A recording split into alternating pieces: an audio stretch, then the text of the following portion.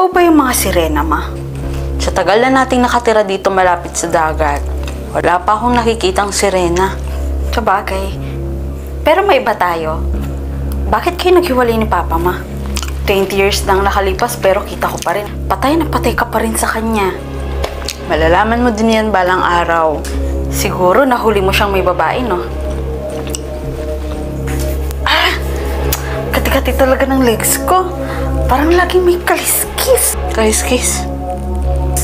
Nakakadiri. Andito na naman kayo sa dagat, ma. Ano po bang tinitingin-tingin nyo dito? Bakit araw-araw po kayong nadadatnan dito sa parang? Wala.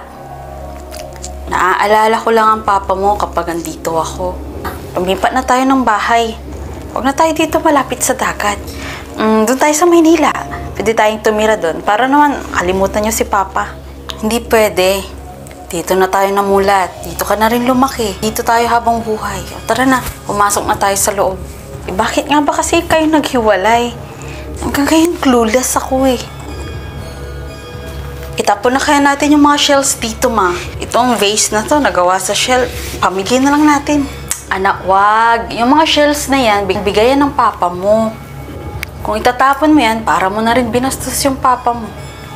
Eh ma, gulo-gulo na ako eh. Pwedeng sagutin nyo na lang ako.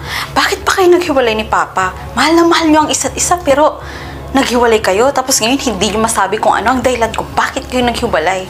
Na, malalaman mo din yan balang araw. Mula bata ako, yung balang araw na yan ang naririnig ko. Hanggang ngayon pa naman. Para kung may mga kaliskis sa paa. Ano to? Ano ba ako, isda? Ma? Nasa parang na naman. Parang laging may inaantay. Teka, para siyang laging may inaantay?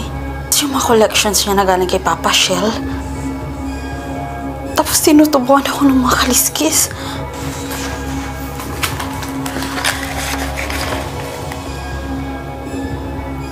Huling pahina ng diary. Araw na ikinabigla ko. Araw na para na rin ako namatay.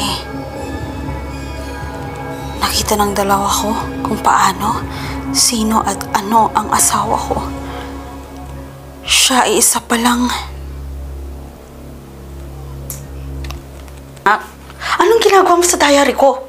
May nabasa ka ba? Ngayon man nasagot na lahat ng tanong ko. Kaya pala kayo laging nakatingin sa dagat. Kaya lahat ng shells na andito ay galing kay Papa. Tsaka, parang tinutubuan ng mga kaliskis. Dahil si Reda pala si Papa.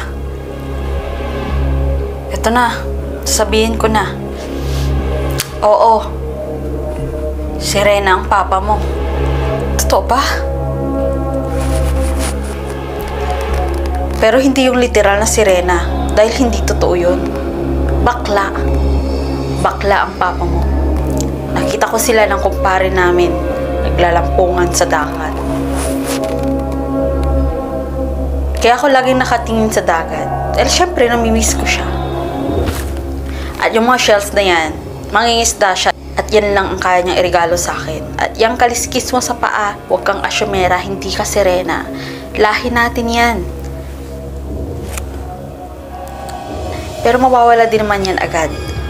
Halika na, kakain na tayo. Sirena ka pa dyan.